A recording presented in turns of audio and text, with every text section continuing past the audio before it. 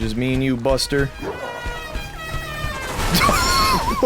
Over the last year and a half, I've looked at games like God of War, Shadow of the Colossus, the Half-Life series, and Abiotic Factor. Games brimming with mythological beasts, monstrosities, and creatures entirely foreign to our world. So it got me thinking, what if these creatures were real? A Day Out is a game all about cryptids, which serves to answer that question. Cryptozoology is the study of creatures theorized to exist, but not yet proven to. At least, that's what they want you to think. Oh, holy shit! What the fuck? Oh my god, what the? Oh, he's got me cornered, Jack. Whoa! Get on, get on! Oh my god! You get him. Holy shit, he's fucking me up. Oh, whoa! Whoa!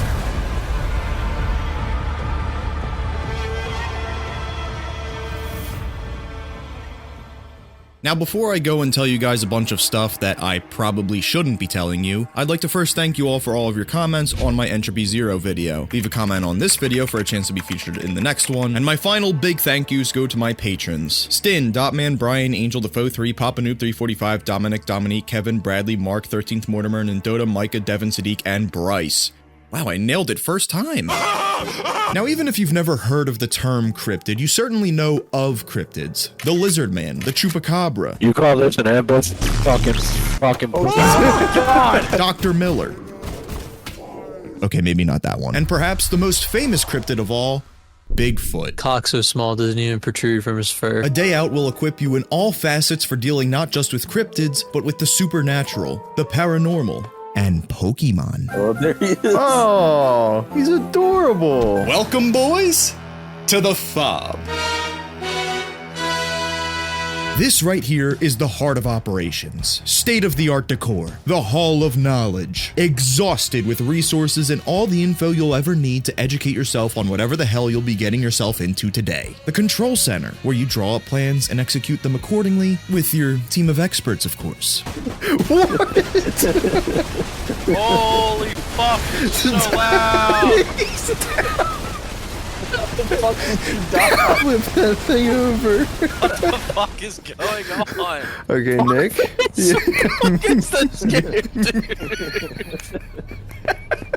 Me fuckface. And last but not least, the trophy room, where you can showcase all the malevolent, demonic entities you've captured merely for sport. Anything and everything cryptid you could possibly desire can be found here. But bringing all these cryptids together, that was no easy task.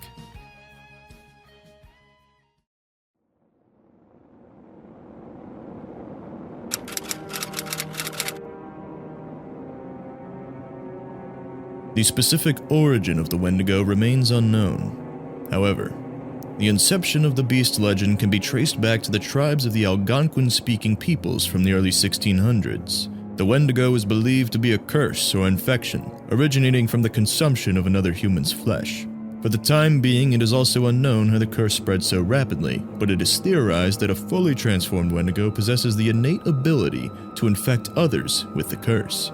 Not only that, but Wendigos are also able to perfectly mimic their prey, luring unsuspecting humans to their doom. Humans that are infected by the curse will begin to have insatiable cravings for raw meat, as well as begin to experience a burning sensation throughout their entire body. The burning sensation in my cock is getting worse, and I'm still hungry. Those who give in to their cannibalistic urges will begin to transform, with antlers protruding from the head, limbs painfully stretched, the flesh will harden over. With this, one has become the Wendigo.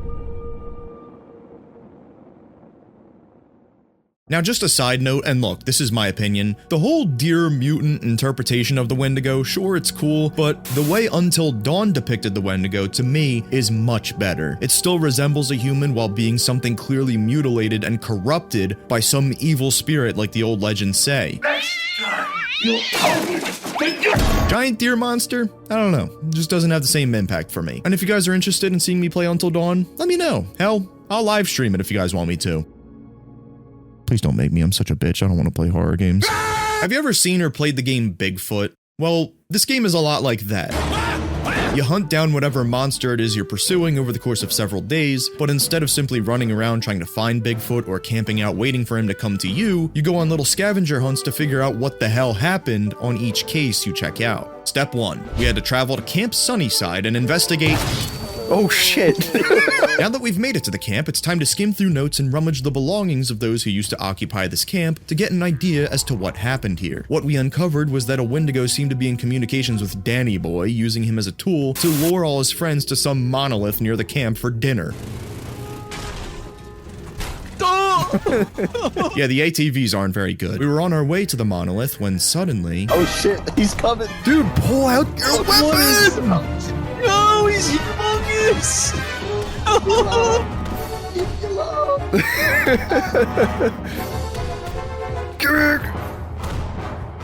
Dude, he won it. Get out of here! Oh, I'm alive. We somehow escaped our first encounter against the Wendigo with our lives. This dude's a bitch. Wait. Oh, I still hit him. The next series of notes told us that things clearly didn't go well for Daniel and his friends. You know, if all the bloodied remains didn't already make that obvious. Bull really feasted. As we continued to investigate the area, we somehow managed to endure the Wendigo's persistent attacks just long enough to uncover a bunker stocked with a silver rifle and the appropriate ammo theorized to be perfect for the job at neutralizing the creature. With that, it was time for an all-or-nothing final showdown at the Wendigo's den. Ugly bitch. Stupid bitch. Lorman. Oh my god! Woo! At long last, Danny and his friends have been avenged. However, this was just the beginning. Want to know what's worse than one Wendigo? Twins.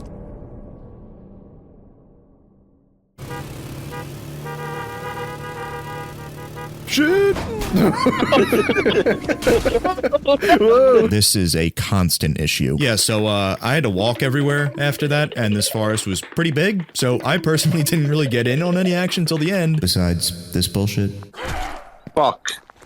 Alright. While my friends were the ones running around actually figuring things out. So, long story short, these twins were abducted by cultists and forced to resort to cannibalism, which turned them into Wendigos. And this was like step 1 in this cult's big scheme to get to purgatory.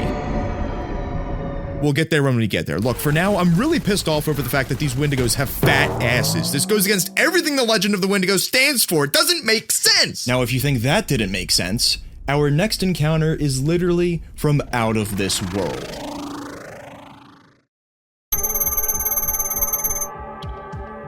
The Xenoraptor, also known as E03101, and emerged from a severely damaged non-terrestrial capsule. Not a weather balloon! Initial recovery efforts salvaged crucial components from the wreckage. Detailed in file. Investigating the crash site, we found blood trails not too far off from it, which would lead you to believe that the creature was injured during the crash, but you'd be wrong, because goddamn, this dude is fast! Whoa! Holy shit! Holy shit, he's fucking me up! While we salvaged tablets from the bloodied remains of iPad kids, we did make some progress chipping away at the freakazoid thanks to our expert choreography and top-notch equipment. Despite all of that, the stubborn bastard fought tooth and nail to the very end. Even in death, the extraterrestrial attempted to drag us to hell with him. I died. Oh, Wait. shit. Be careful, be careful, be careful. Easy does it. I got him. But I survived and contained the creature. The Xenoraptor was ours.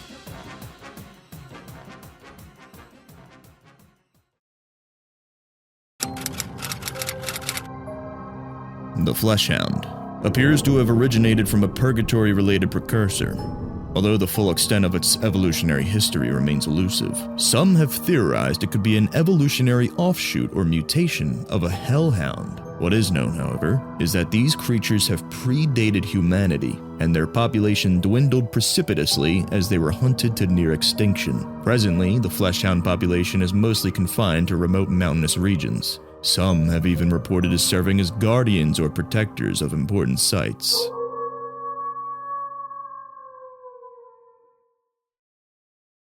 The Flesh Hound certainly lived up to its reputation as a protector of this mountain village, as it almost immediately went on the offensive upon our arrival to this sacred site.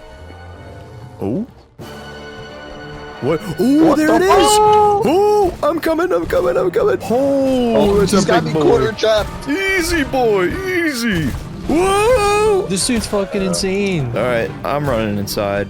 You guys look like you got this. Outside the church doors, we made an interesting discovery, to say the least. A journal from an intruder of the village detailing how they were once able to get into the church, which was protected by an ancient magic. A key of sorts could be found in the abode of the Crypt Keeper, and the final line of the journal said, "Hail our glorious cult of the sacred seraphim." It took all the brainpower we had, but after retrieving the blood ruby from the Crypt Keeper's basement, we solved the puzzle located in the cemetery, giving us the true key we needed to be able to open the church doors. Inside before us laid a terrifying scene straight out of a horror movie. Bloodied, mangled corpses were sprawled throughout. A final journal from the chief of the village read, "For our secret guardian is now our enemy." Meaning, somebody from this cult of the sacred seraphim corrupted this once good boy, turning the loving canine into an unholy, monstrous killing machine ordered upon the people it once protected. It was up to us to avenge them.